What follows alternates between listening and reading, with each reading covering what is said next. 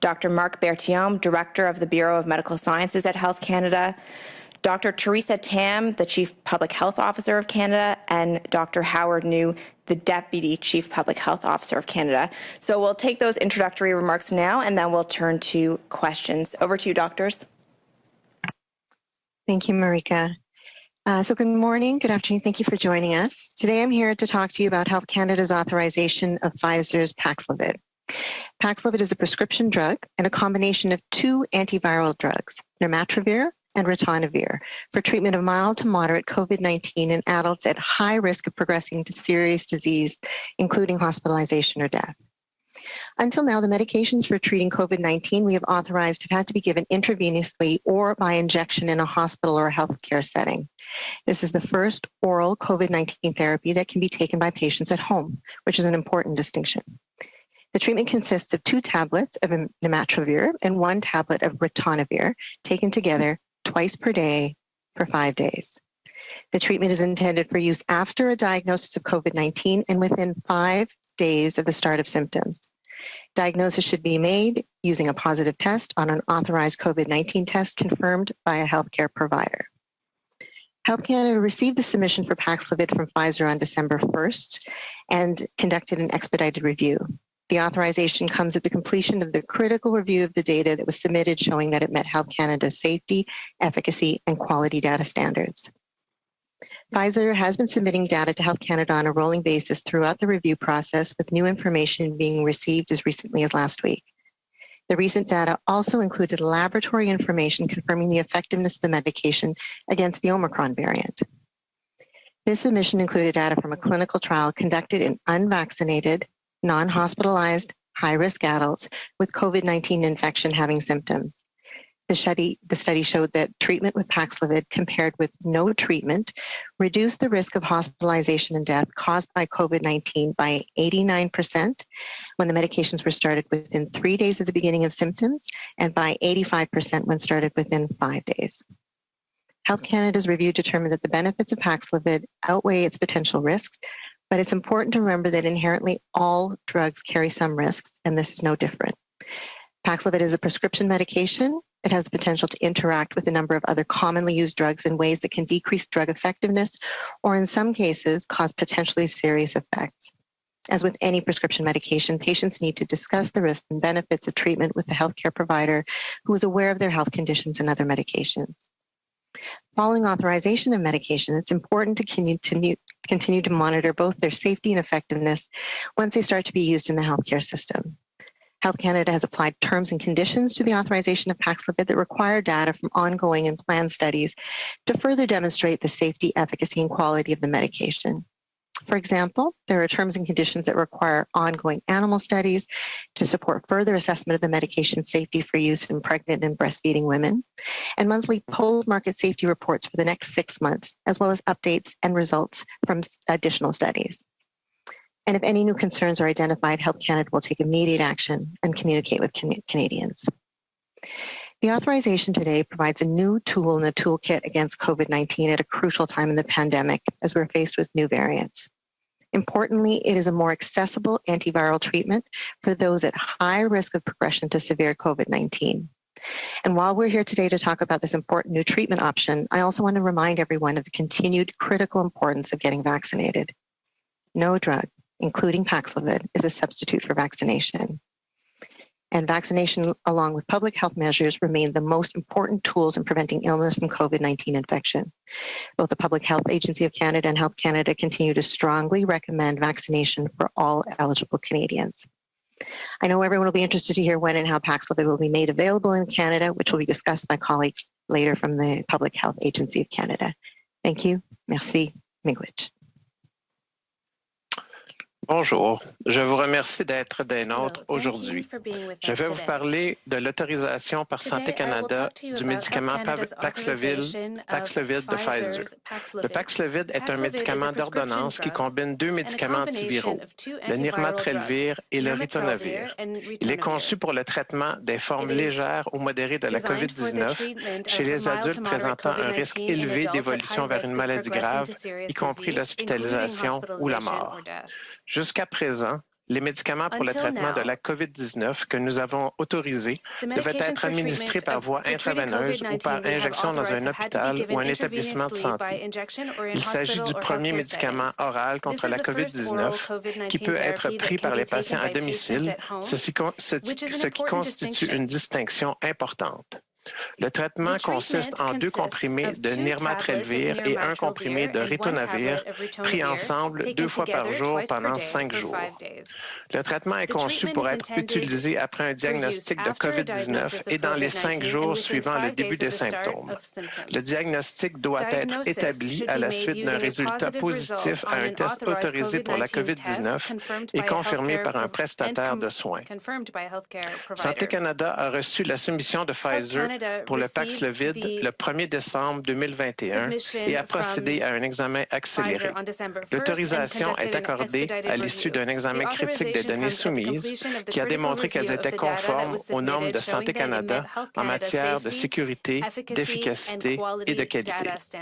Pfizer a soumis des données à Santé Canada de façon continue tout au long du processus d'examen et des plus récentes données ont été reçues en janvier. Ces données récentes comprenaient également des données de laboratoire confirmant l'efficacité du médicament contre le variant Omicron. Cette soumission comprenait les données d'un essai clinique mené chez des adultes non vaccinés, non hospitalisés, à haut risque et présentant des symptômes d'infection à la COVID-19. L'étude a montré que le traitement par Paxlovid, par opposition à l'absence de traitement, réduisait le risque d'hospitalisation et de décès causés par la COVID-19 de 89 % lorsqu'il était administré dans les 3 jours suivant le début des symptômes et de 85 % lorsqu'il était administré dans les 5 jours. L'examen de Santé Canada a permis de déterminer que les avantages de Paxlovid l'emportent sur ces risques, mais il est important de rappeler que tout médicament comporte des risques et il en va de même dans ce cas-ci. En effet, Paxlovid est un médicament d'ordonnance. Il a le potentiel d'interagir avec un certain nombre d'autres médicaments pouvant diminuer son efficacité ou, dans certains cas, provoquer des effets potentiellement graves. Comme pour tout médicament d'ordonnance, les patients doivent discuter des risques et des avantages du traitement avec un professionnel de la santé qui connaît leur état de santé et leurs autres médicaments. Pour tout médicament, il est important de continuer à surveiller l'innocuité et l'efficacité une fois qu'il commence à être utilisé. Santé Canada a imposé des conditions à l'autorisation du Paxlovid afin que des données provenant d'études en cours et prévues continuent d'être fournies pour continuer d'évaluer l'innocuité, l'efficacité et la qualité du Paxlovid. Par exemple, les modalités exigent des études sur les animaux pour une évaluation plus poussée de l'innocuité du médicament chez les femmes enceintes et celles qui allaitent, et des rapports mensuels sur l'innocuité post-commercialisation pour les 6 prochains mois, ainsi qu'une mise à jour de l'évaluation des risques à mesure que les résultats d'études supplémentaires sont soumis. Et si de nouvelles préoccupations sont mises en évidence, Santé Canada prendra des mesures immédiates et communiquera avec les Canadiens. L'autorisation accordée aujourd'hui permet d'ajouter un nouvel outil dans la trousse d'outils contre la COVID-19 à un moment crucial pour la pandémie, alors que nous sommes confrontés à de nouveaux variants. Il est important de noter qu'il s'agit d'un traitement antiviral plus accessible pour les personnes présentant un risque élevé de développer des complications graves de la COVID-19. Bien que nous soyons ici aujourd'hui pour parler de cette nouvelle option thérapeutique importante, je tiens à rappeler l'importance cruciale des vaccins. Aucun médicament, y compris le Paxlovid, ne peut remplacer la vaccination. La vaccination et les mesures de santé publique demeurent les outils les plus importants pour prévenir les maladies causées par l'infection à la COVID-19. L'Agence de la santé publique du Canada et Santé Canada continuent de recommander fortement la vaccination à tous les Canadiens admissibles. Je suis persuadé que vous aimeriez avoir plus d'informations sur quand et comment le Paxlovid sera distribué au Canada. Je vais donc maintenant céder la parole à mes collègues de l'Agence de la santé publique du Canada. Je vous remercie.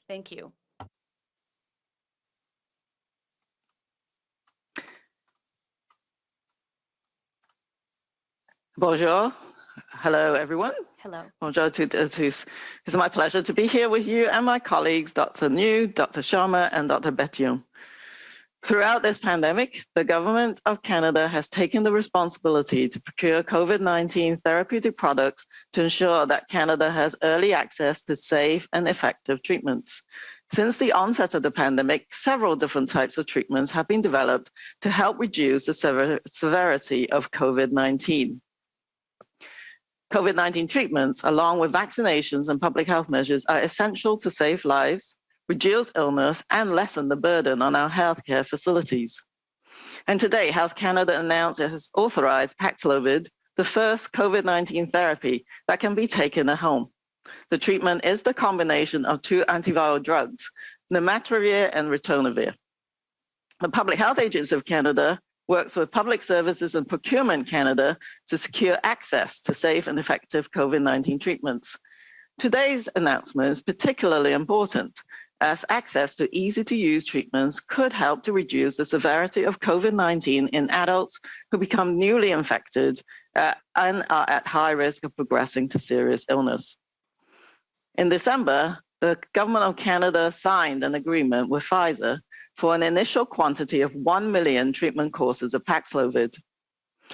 While there is currently limited global supply on Paxlovid, we are working to firm up a delivery schedule with the intent of bringing treatment courses to Canada as quickly as possible. Ministers Duclos and Tassi will provide further details on the distribution of the treatment later this afternoon. Provinces and territories will determine how best to manage the available supply with support from the Public Health Agency of Canada. The Public Health Agency of Canada met with provincial and territorial colleagues to discuss deployment based on a per capita basis, with adjustments that take into account shipment requirements from Pfizer. To help inform their planning, the Public Health Agency of Canada has provided provinces and territories with interim implementation considerations for the deployment of the initial supply of Paxlovid to treat COVID-19 in the context of supply limitations. These interim recommendations are based on clinical risk factors and health equity considerations. First consideration is prioritizing individuals who are at the highest risk for severe illness and hospitalizations. Individuals in the following categories have the highest likelihood of severe illness and should be given priority for treatment given limited supply. First, those who are moderately to severely immunocompromised, not expected to mount an adequate response to SARS-CoV-2 infection, regardless of vaccine status. Secondly, individuals over 80 years of age or over whose vaccinations are not up to date. And third, individuals 60 years of age or older residing in underserved, rural or remote communities, residing in a long-term care setting, or those living in or from First Nations, Inuit, and Métis communities whose vaccinations are not up to date. Our second consideration is to make a greater supply available for use in rural and remote communities where there is limited access to tertiary care and in situations where social and economic determinants of health, such as food insecurity, inadequate housing, and a higher level of pre-existing medical conditions may exacerbate health inequalities. The third consideration is that infection must be confirmed and treatment initiated within 5 days of symptom onset. If PCR testing is not possible, or if results will not be available until more than 5 days from symptom onset, rapid antigen tests may be used. Drug interactions and access to alternate effective COVID-19 treatments are also factors to consider. I would like to provide a reminder that no drug, including Paxlovid, is a substitute for vaccination or public health measures. This is another tool in the toolkit to fight the pandemic. It is important that everyone gets fully vaccinated and receive a booster dose as soon as they are eligible. Over time, our immune response from various vaccines decreases. A booster dose produces more antibodies along with other immune cells, help to strengthen our immune response to protect against severe illness. Finally, Canadians are reminded that both mRNA vaccines currently available are safe and effective and help protect against severe outcomes from COVID-19. Therefore, they should feel confident in accepting whichever vaccine is offered to them. Both the Public Health Agency of Canada and Health Canada continue to strongly recommend vaccinations for all eligible Canadians, including those who are pregnant, may become pregnant, or are breastfeeding. As always, vaccination, including a booster dose, is the best way to protect yourself, your families, your communities against severe outcomes from COVID-19. Thank you. Merci. Miigwech. Bonjour à toutes et à tous. Je suis ravi d'être ici avec vous et mes collègues, la Dr. Tam, le Dr. Berthiaume et la Dr. Sharma. Tout au long de cette pandémie, le gouvernement du Canada a assumé la responsabilité de se procurer des produits thérapeutiques contre la COVID-19 afin de veiller à ce que le Canada puisse accéder rapidement à des traitements sûrs et efficaces. Depuis le début de la pandémie, plusieurs types de traitements ont été mis au point pour permettre de réduire la gravité de la COVID-19. Les traitements contre la COVID-19 ainsi que la vaccination et les mesures de santé publique sont essentiels pour sauver des vies, atténuer la maladie et alléger le fardeau de nos établissements de soins de santé. Et aujourd'hui, Santé Canada a annoncé qu'il autorisait l'utilisation de Paxlovid, le premier traitement contre la COVID-19 qui peut être pris à la maison. Ce traitement est une combinaison de deux médicaments antiviraux, le nirmatrelvir et le ritonavir. L'Agence de la santé publique du Canada travaille avec Services publics et Approvisionnement Canada pour assurer l'accès à des traitements sûrs et efficaces contre la COVID-19. L'annonce d'aujourd'hui est particulièrement importante car l'accès à des traitements faciles à utiliser pourrait contribuer à réduire la gravité de la COVID-19 chez les adultes nouvellement infectés qui présentent un risque élevé d'évolution vers une forme grave de la maladie. En décembre, le gouvernement du Canada a signé une entente avec Pfizer pour obtenir une quantité initiale d'1 million de doses de Paxlovid. Bien que la quantité de Paxlovid à l'échelle mondiale soit limitée à l'heure actuelle, nous œuvrons à confirmer un calendrier de livraison et avons l'intention d'obtenir le plus rapidement possible des traitements pour le Canada. Les ministres Duclos et Tassi préciseront les détails de la distribution des doses de traitement plus tard cet après-midi. Les provinces et territoires détermineront la meilleure façon de gérer l'approvisionnement disponible avec le soutien de l'Agence de la santé publique du Canada.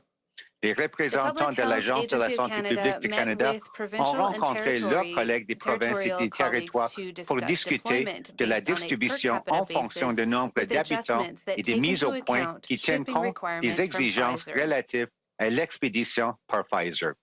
Afin d'éclairer leur planification, l'Agence de la santé publique du Canada a fourni aux provinces et aux territoires des recommandations provisoires sur la mise en œuvre de l'utilisation de Paxlovid pour le traitement de la COVID-19 dans un contexte où l'approvisionnement est limité. Ces recommandations provisoires tiennent compte de facteurs de risque clinique et des disparités en matière de santé.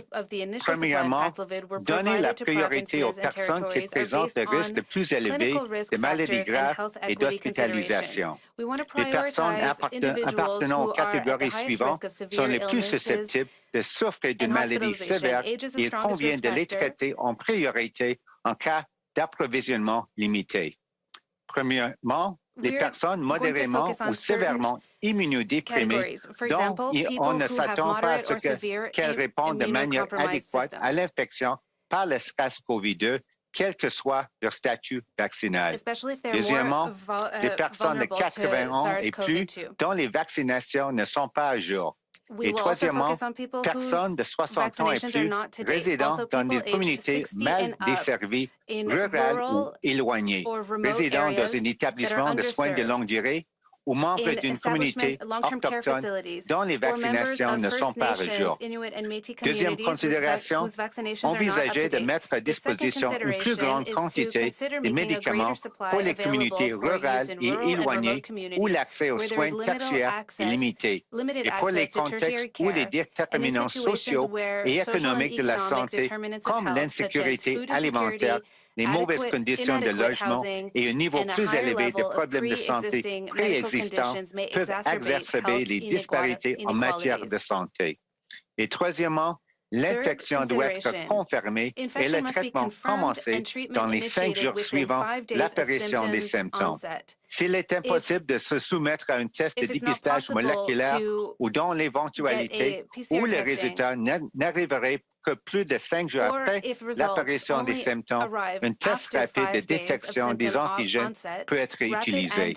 Les interactions médicamenteuses et l'accès à d'autres traitements efficaces de la COVID-19 sont aussi des éléments à considérer. Nous tenons à vous rappeler qu'aucun médicament, qu'il s'agisse de Paxlovid ou d'un autre, ne peut se substituer à la vaccination ou aux autres mesures de santé publique.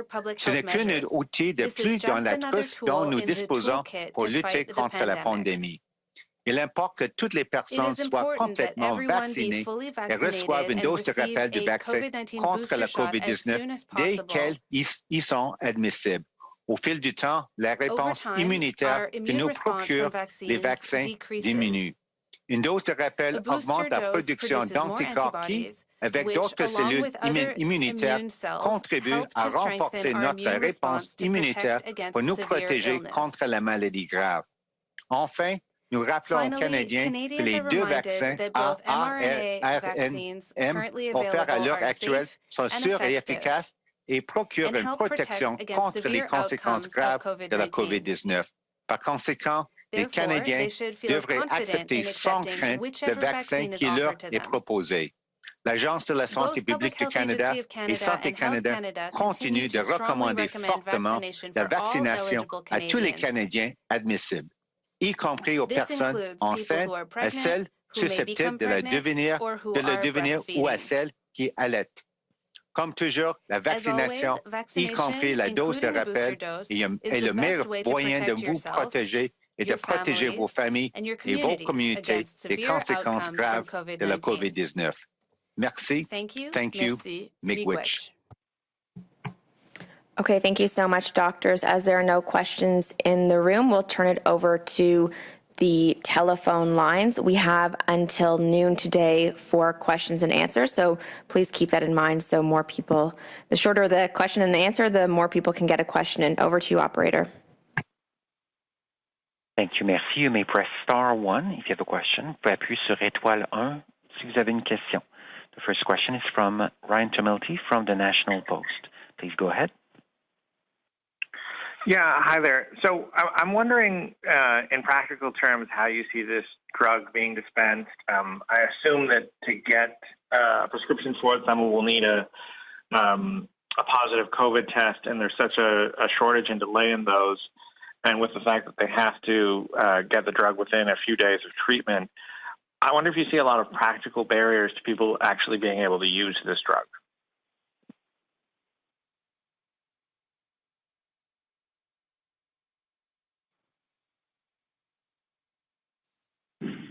It's Dr. Yu. Maybe I could start. Oh, sorry, I was on mute. Okay, go ahead, Dr. Tam. Sorry about that. So I think there are definitely key operational considerations on the ground, and provinces as well as the clinical networks in the system are thinking through that right now. And they have been doing so, for example, for the utilization of some of the other treatments like sotrovimab. So this is not starting from scratch. They have been looking at how do you actually provide these treatments to those who most need it. And so I think the PCR testing and testing in general by the provinces and territories have been prioritized to the high-risk groups. So they will likely consider doing that as well. So that actually aligns with the prioritization of treatments, is that the testing is being prioritized for higher risk individuals. But you're right in that there's many innovations on the ground that are being thought about right now, and using, for example, community pharmacies, designated prescribers, making sure that testing centers, for example, can direct people to the right clinical expertise, and also setting up reference expertise For example, Dr. Sharma and us, we've mentioned the issues with drug-drug interactions. So if you're on certain medications, you have to be careful when you're using this drug. And for that, the pharmacists as well as clinical experts have been discussing how best to provide that reference reach back so that frontline prescribers will know what to do. It's Dr. New. Maybe I can just add some additional points to what Dr. Tam has said. As you can see from our opening remarks, the Public Health Agency of Canada has developed a document for considerations by our provinces and territories in terms of the deployment of this treatment, which we appreciate was probably in a sort of initial limited supply. And certainly I want to give a shout out to the clinical experts of this ad hoc group we put together that really gave their valuable time and expertise. You know, they're on the ground on the front lines, and they gave us a bit of a reality check in terms of the practical issues that they'll be facing on the ground in terms of delivery of healthcare. And so with their input, we developed the considerations, as you can see in the document, which I understand will be posted, I think, publicly on our website, if not already, shortly, that gives that initial sort of considerations to the provinces and territories, recognizing that, you know, the way healthcare delivery is set up in each of the jurisdictions is slightly different and takes into account as well unique aspects such as, you know, the proportion of, you know, remote isolated communities, social determinants, and so on. So with all that in the mix, hopefully the guidance we give in terms of considerations will be used to good effect by the provinces and territories as they move forward with the initial deployment of this treatment. Thanks.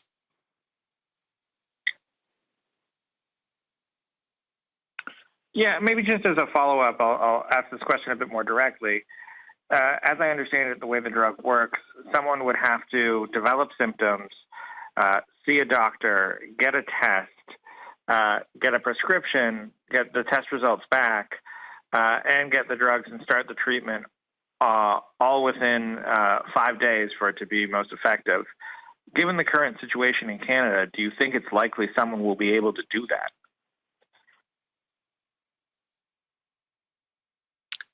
Dr. Tam? Yeah, so as I said, that I think these drugs, these treatments, this first treatment that is taken orally and can be taken at home will be in high demand.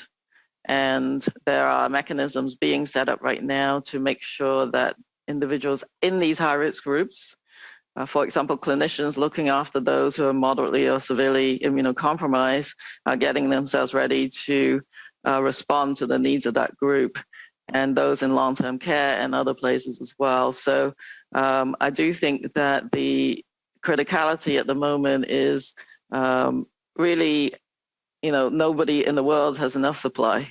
But I do think implementation, if you recall right at the start of the vaccination campaign, the initial doses were relatively small, but it gave us a chance to essentially get all of the system rehearsed and ready for when there's more supply. So I kind of see the initial doses as being just part of that system testing itself out and getting itself ready. Yeah, it's Dr. New. Maybe I can just add, if you look at the sort of the highest risk groups in terms of the elderly, especially you know, in certain settings, certainly what we appreciate from the clinical experts who gave us their best input and advice on the ground is that you know, that's what is being looked at within the various provinces and territories. They're already, I think, being sort of prioritized for even testing. So if you were a clinician on the ground dealing with patients in those high risk groups, immunocompromised, elderly, and so on, certainly if someone develops symptoms, I think, you know, certainly I can't speak for the provinces and territories, but I would think that those individuals would be at sort of close to top of list to, you know, get that rapid sort of assessment, that test and results, and then hopefully, you know, be given the medication as per sort of the way the provinces and territories are going to use this treatment. Thank you.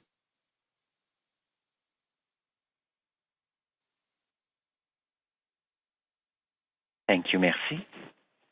La prochaine question de Louis Blouin, Radio-Canada. La parole est à vous. Blouin, Radio-Canada.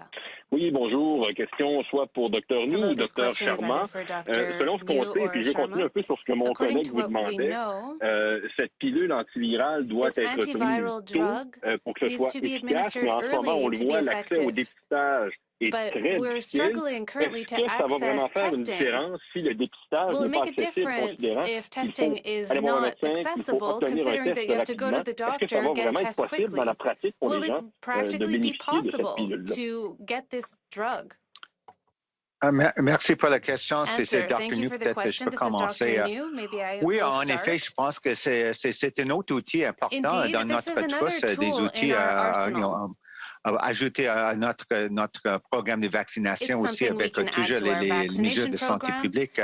Moi, ce que je pense que actuellement, dans les provinces et territoires, les cliniciens, les fournisseurs de soins de santé sur le terrain, ils sont au courant c'est qui les groupes à haut risque pour avoir les conséquences graves. Donc, je pense que c'est vraiment pour les provinces et territoires, mais je pense qu'ils sont en train d'élaborer un plan pour dépister les personnes à plus haut risque pour les conséquences graves. Et je pense que c'est fait partie de leur planification aussi pour être prêt pour administrer les médicaments tôt dans les 5 jours après l'apparition des symptômes. Pour les personnes qu'on a déjà constaté, les personnes immunodéprimées, les personnes âgées de 80 ans et aussi même de 60 ans et plus qui ne sont pas peut-être à date avec leur vaccination. J'aimerais ajouter qu'on peut utiliser les tests rapides si c'est pas possible d'obtenir de tests moléculaires. Merci pour la précision. Évidemment, il y a beaucoup de si en ce moment. J'aimerais savoir quand espérez-vous que ces pilules antivirales fassent une différence pour alléger le fardeau de notre système de santé? Quand espérez-vous qu'on va voir une différence avec ce nouvel outil-là?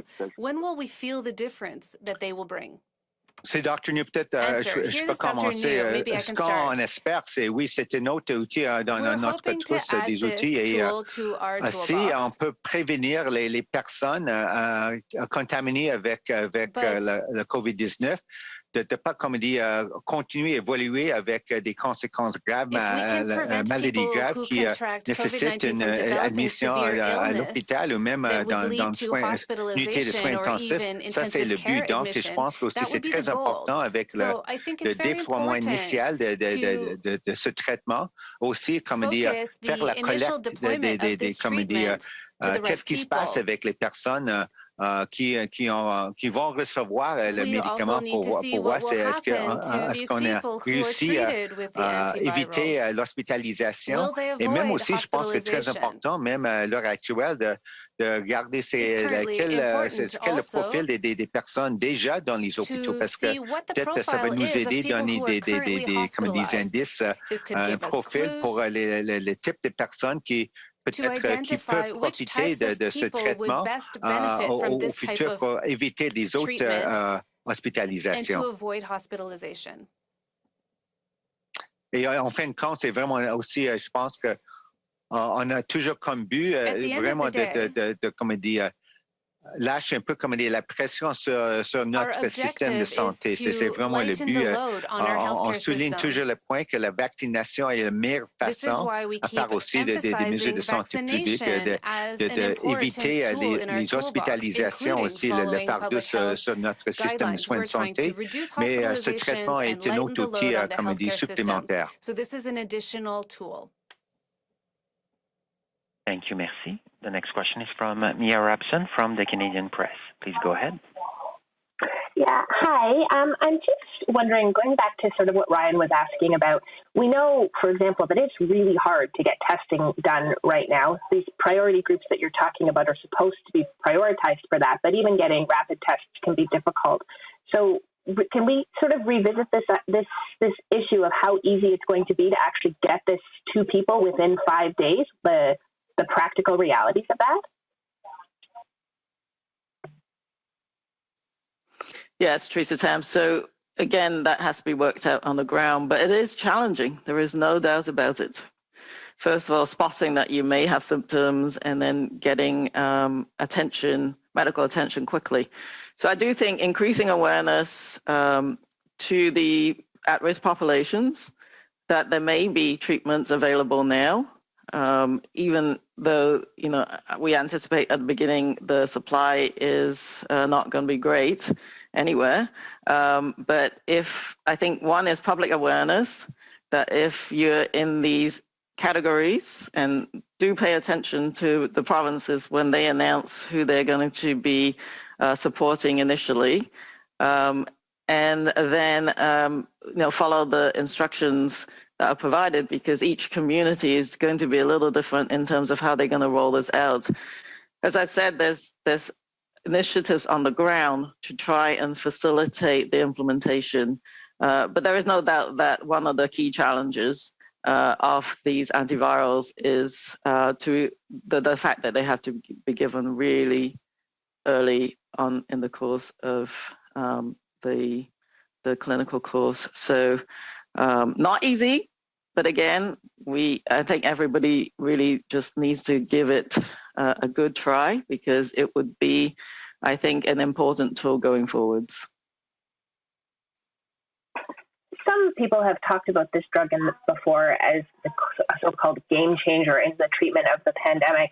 Obviously, supply issues would have to come up in order for any real impact. But I'm just wondering if you can talk about what this really means towards going from this sort of intense stage of the pandemic to a more endemic phase. Well, I think given one of the key goals is to reduce the severity impacts of this pandemic, this kinds of treatment that people can take at home, and unlike some of the monoclonal antibodies that have to be given by several infusions at a clinic or a healthcare setup, this is going to be much easier to do. But the challenges that you've identified just now are continually going to be challenging. So one hopes that the testing as well as the rapid deployment will be worked out in the coming weeks and months. But it will definitely add another really important tool, because it would potentially blunt the severity of the illness, which is the key goal. And it also offers those who don't mount a response to vaccination or couldn't get vaccinated for whatever reason, who are at the highest risk of severe outcomes, hope, as well as the reduction in the pressure on the health system. Thank you. Merci. La prochaine question de Olivier Ferron-Boissé, TVA Nouvelle. Olivier Ferron-Boissé from TVA Nouvelle. You have the Oui, floor. bonjour. Merci de prendre nos questions. Thank you for taking our Pour Dr. questions. Bertillon, je cherche à savoir, vous parliez de l'efficacité donc, du traitement You were après un talking certain about nombre the de jours. efficacy Je me of the demandais treatment à after partir de a given number quand of les days. symptômes sont trop graves pour que le Is there médicament a soit moment efficace. where Est-ce the que vous avez symptoms des become données là-dessus? too intense for the medication to win? Merci pour la question. Thank you for your question. Donc, le médicament est approuvé vraiment pour les formes légères à modérées dans les 5 premiers jours. L'infection par le COVID va généralement donner des symptômes légers à modérés dans les 5 premiers jours. Donc, le médicament peut être utilisé à ce moment-là suite à un test positif. Dès qu'on dépasse cette fenêtre-là, on ne peut pas utiliser le traitement antiviral parce qu'on n'a pas de données sur son efficacité, mais pour quiconque présente des symptômes légers à modérés, ce qui serait ce qu'on attend dans les premiers jours d'une infection à la COVID-19, le Paxlovid va pouvoir être prescrit et utilisé. Paxlovid can be prescribed and used. OK, merci. Et peut-être en suivi, je reviendrai sur un peu la question de l'accessibilité, le délai qui doit être très rapide. Dr. Tam parlait du fait que les tests rapides peuvent être utilisés donc, pour confirmer l'infection, pour obtenir le médicament. Est-ce que c'est simplement ça, de recevoir un test rapide positif pourrait permettre, et j'imagine que ça va dépendre des provinces, mais permettre d'aller chercher le médicament par la suite simplement avec un test rapide? Est-ce que c'est bien ça? Je vais laisser peut-être le docteur nous répondre à la question par rapport au déploiement des tests. Mais en effet, juste pour clarifier peut-être, l'indication, c'est d'obtenir un test rapide. Ça peut être un test moléculaire de type PCR, mais ça peut être un test COVID, ça peut être un test moléculaire de type PCR, mais ça peut aussi être un test rapide. Donc, l'un ou l'autre, comme les tests rapides sont spécifiques, là, va pouvoir donner accès au traitement. Je ne sais pas si le docteur Nou veut faire d'autres commentaires sur cette question. Oui, merci, Dr. Berthiaume. Moi, je peux ajouter que oui, avec notre groupe d'experts, c'est vraiment un point souligné que c'est important d'avoir, comme dit, une test laboratoire, comme dit, positif avant de commencer le traitement, parce que c'est un médicament en ressources limitées. Il faut vraiment, comme dit, vérifier que le patient a vraiment la COVID-19. Donc, comme Dr. Berthiaume a constaté dans le contexte du Canada ici, ça peut être, comme dit, un test de dépistage moléculaire ou ça peut être un test rapide d'antigène. Mais ça doit être comme un dépistage, un test positif avant de commencer le traitement. C'est ça ce que les experts nous ont dit que c'est un principe important. C'est pourquoi c'est aussi quelque chose on a mis comme une considération dans notre document. Peut-être en complément de réponse par rapport à votre question, j'aurais pu aussi spécifier que ce n'est pas un traitement qui est indiqué chez quelqu'un qui est rendu dans une hospitalisation. Donc, c'est vraiment, doit être utilisé dans les 5 premiers jours. Mais lorsqu'on est rendu dans une forme sévère, il n'y a pas de démonstration de son efficacité. C'est vraiment un médicament qui va bloquer la réplication virale. Donc, c'est vraiment dans les premières phases de la maladie qui va pouvoir démontrer ses bénéfices. It's really most beneficial in the early stages of illness. Thank you, merci. The next question is... Oh, sorry. Oui, c'est ça, mais Dr. New peut encore ajouter quelque chose à ce que Dr. Berthiaume a constaté. Oui, on a toute, comme dit, une gamme des traitements ici disponibles au Canada et quelques traitements. On utilise plus dans les hôpitaux pour les patients qui ont la maladie grave et avec le traitement maintenant, le Paxlovid, c'est un autre outil peut-être, on espère, pour prévenir les patients à rentrer dans un hôpital pour peut-être les soins intensifs. Donc, c'est très important d'utiliser tous les outils disponibles pour aussi lutter contre la COVID-19. Thank you. Merci. The next question is from Abigail Biman from Global News. Please go ahead. Hi, thanks for taking my question. I just want to understand a bit more when you talk about people who are not vaccinated being on the priority list. I'm wondering what kind of discussions there have been around, the limited amount of this drug and how expensive it is, and whether people who choose not to get vaccinated should be put on a priority list.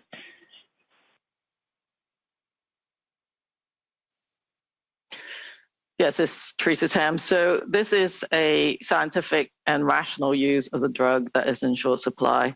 We know that the unvaccinated are at higher risk of getting severe outcomes and getting hospitalized and ending up in the ICU.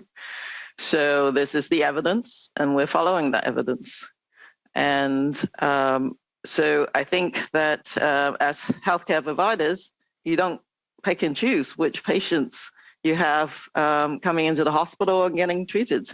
And so I think this approach ensures that we are prioritizing treatments to those most in need. And I really appreciate the input from the experts, including the ethicists, who contributed to this discourse.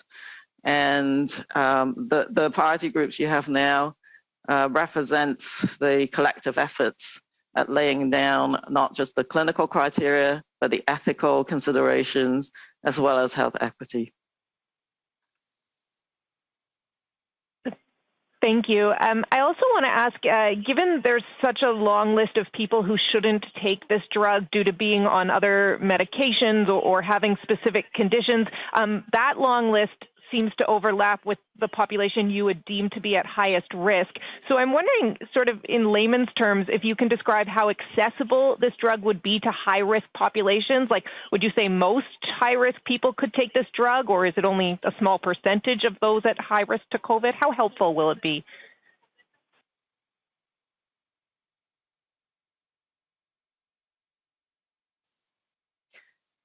So maybe I'll start, and I'm not sure if Dr. Sharma or others will add. Yes, according to the product monograph, one of the key considerations is the interactions with other drugs. So the key is that this is a prescription medication because that's one of the key considerations. So I can't tell you percentage-wise exactly how many of the high-risk groups will be on that list of drugs. I don't have that figure, but I do think that is absolutely worth consultation with health providers and not be scared to deploy this drug either. The expert pharmacists, as well as physicians and other health providers, will be able to work this through with the patients. And perhaps just to add, the way that the medication works is that there's one part that actually interrupts the way that the virus reproduces, and then there's another medication that blocks the breakdown of that drug, and that's the ritonavir part. And because of that, ritonavir is there. That's why there are so many drug interactions, but that's not unique to this medication. So there's a group of about 27 drugs where we're saying the product should not be used if somebody is on those drugs, and then a much longer list of products where there might be some interactions. And you're right that if you have people at higher risk, so if people are in the older age group or have other illnesses, they're more likely to be on those medications. But that's why we put all the information out on these drugs so that the pharmacists are aware, the healthcare practitioners are aware, and people are aware of which medications that they may be on that might interact. And it might be, because this is a short course, it's a 5-day course, it may be that some of those medications could be stopped for a short period of time, or there may have to be some dosage changes. So it really is the way that we look at all medications. If there are considerations on how they should be prescribed or how they're best to be used, we want to make sure that all that information is out there so that people are aware of that, and then they can make their healthcare decisions appropriately.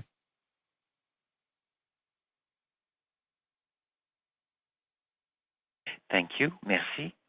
La prochaine question de Alice Girard-Bossé from La Presse. Bonjour, j'aimerais savoir, est-ce que le médicament devra obligatoirement être prescrit par un médecin? Est-ce que, par exemple, un pharmacien pourrait le faire également? Could a pharmacist write a prescription?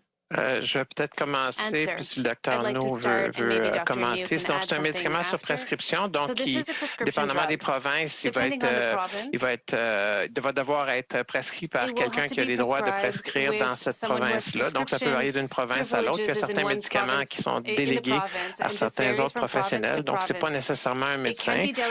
Puis, dans certaines provinces, il y a aussi des délégations d'actes qui se font spécifiques à la COVID-19. Fait que, chaque province va pouvoir un petit peu décider de façon spécifique qu'est-ce qui est possible dans leur contexte. Mais à la base, ça prend un professionnel de la santé qui peut évaluer les interactions médicamenteuses parce que, comme on a discuté préalablement, c'est un produit qui a un certain nombre d'interactions médicamenteuses. Alors, il faut évaluer la condition du patient, l'indication, puis aussi l'ensemble des autres médicaments que le patient prend pour voir, par exemple, certains médicaments peuvent être temporairement cessés parce que c'est quand même juste un traitement de 5 jours qui doit être pris.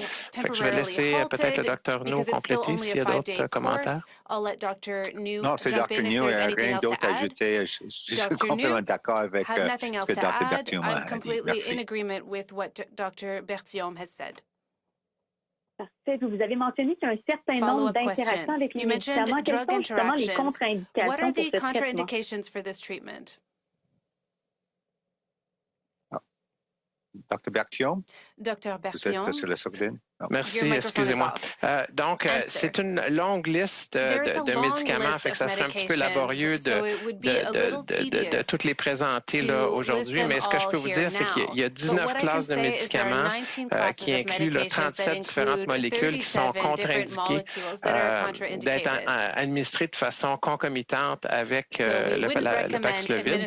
Par ailleurs, il y a un groupe additionnel de presque 120 médicaments qui, eux autres, recoupent environ 28 classes pharmacologiques pour lesquelles on doit quand même s'assurer de penser à une interaction, des fois ajuster les doses. Donc, c'est un médicament qui a une certaine complexité dans l'administration à cause des interactions. Mais ceci dit, les médecins, les pharmaciens sont quand même assez habitués, de façon générale, à administrer des médicaments et à tenir compte des interactions. Alors, c'est sûr qu'il va y avoir un ajustement pour ce nouveau médicament-là, mais plusieurs de ces problèmes-là peuvent être solutionnés, mais ça va quand même prendre une expertise clinique, pharmacologique pour déterminer puis optimiser les patients. Mais il y a une longue liste de médicaments, comme je vous dis, elle est disponible en ligne actuellement.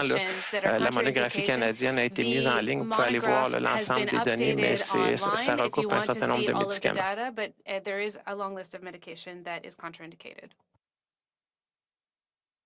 Thank you. Merci. The next question is from Dylan Robertson from the Winnipeg Free Press. Please go ahead. Hi, Dr. Tam.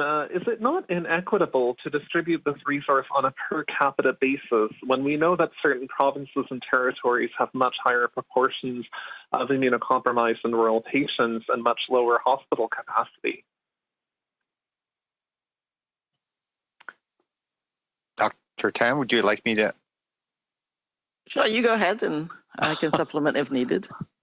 Okay, well, thank you for the question. The reason I'm jumping is that I've been more at the programmatic level, logistical level, working with our counterparts in the provinces and territories. So maybe I could just start with the principle of the per capita allocation. It's a starting point in terms of distributing the treatment, obviously courses across the country. But it's also been taken into account the fact that there are certain populations, for example, Indigenous populations that are also having different proportions within the provinces and territories. So that's also been taken into account. There's also been for example, a certain allocation given to Indigenous Services Canada, obviously to look at specific settings, for example, remote nursing stations and so on. So that's part of the complexity of how we're actually going to allocate. And obviously, we'll see as we go along in terms of any adjustments that need to be made in terms of demand and need with our provinces and territories. But as the starting principle, it's just easier to state that we're doing on a per capita allocation. But obviously, there's a lot of detail and other nuances that we're working on behind the scenes. Thank you. It's Marika Walsh in Ottawa. We have time for one more question and a follow-up. Sorry, do I get a follow-up too? Oh, sorry, Dylan, yes. No, it's okay. I hope Indigenous Services Canada provides that number today. And Dr. Sharma, can you please explain how this is related to the monoclonal antibody treatments? Is there any sort of clinical guidance for when the antibodies are best versus the pill, or is it solely on a question of logistics and distribution? All right. So, all of the treatments that we have, whether they're for so a lot of the monoclonal antibodies are really for a subgroup of patients with COVID-19 that are actually in hospital or quite severely ill. And that's once you've had the illness, it's been established to have those treatments help to decrease the severity of illness. This is a medication that, because it blocks the replication of the reproduction of the virus, that's why you need to catch people early. So these are for people who have been exposed to COVID-19. They have some symptoms that have started. They've got a positive test, and it's really to prevent them to progressing to requiring hospitalizations or intensive care. We do have other long-acting monoclonal antibodies that we have under review. So one of those products is EvuShield, and that is used even before you have any symptoms. So basically you don't have COVID yet, and it's really a long-acting monoclonal for prevention. So, we also have other medications that are treating severe people in hospital. We've got the remdesivir that's been authorized, the sotrovimab as well, and other medications like steroids. So, that's why it's basically, it's a toolkit that we have of different therapies. It's still best, obviously, to prevent infection overall. So getting vaccinated is still the best prevention in terms of COVID illness, especially severe illness, hospitalization, and death. We know that the vaccines, even in this Omicron wave, are very effective against that. But really, there are some groups that potentially don't have that immune response, either because they are unvaccinated, under-vaccinated, or they have an immune problem, or they have other risk factors. So this is really one medication in that area to try to prevent hospitalization and death.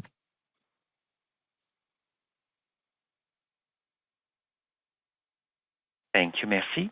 The last question will be from Travis Danraj from CBC News. Please go ahead. Thank you. My question is for Dr. Tam or Dr. Sharma. Rapid antigen tests, you said, would be a sufficient diagnostic tool if no PCR is available. Now, we know experts have said that these rapid antigen tests are sometimes unreliable. For a drug where supply will be limited, at least to begin with, wouldn't it be more prudent to only prescribe it to those that have a positive PCR result? Yes, the challenge with this medication is to get the test done early.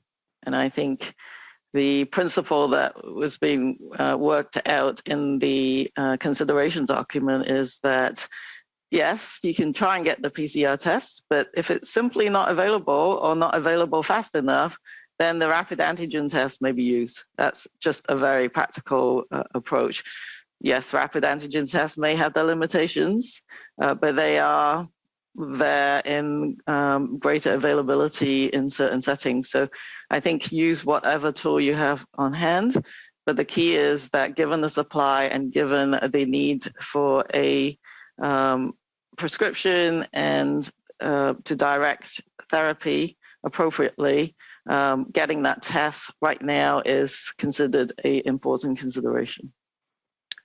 And perhaps to add with respect to the tests, just with respect to the test, the rapid antigen tests, I think, some of the issues around how effective they are really are for what we call false sort of negatives. Basically, if you actually do get a positive test on a rapid antigen test, that is quite specific. I think the concerns are that they're not as sensitive as the PCR test. So potentially, it wouldn't necessarily pick it up if it's earlier. In that case, a PCR test might pick up a positive earlier than a rapid antigen test. But if you have a positive rapid antigen test, it's actually very accurate, which is why it can be used in terms of the indication for using Paxlovid. Yeah, and it's Dr. You maybe had a final point in terms of rapid antigen tests.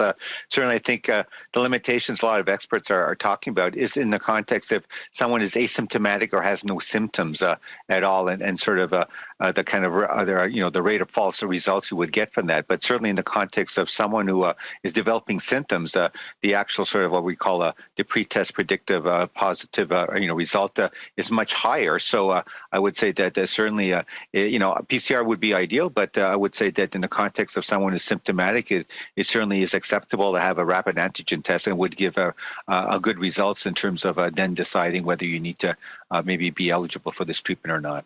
Thanks. Thank you. And just as a follow-up to Dr. Tam, I'm wondering if you can kind of zoom out here, big picture. If we look at this drug over the next couple of weeks, how much of an impact is it going to have on this wave that we are dealing with right now, and how much is this a forward-looking drug? Yes, I think a lot of it depends on the initial supply, and we all know that the supply isn't going to be great at the start.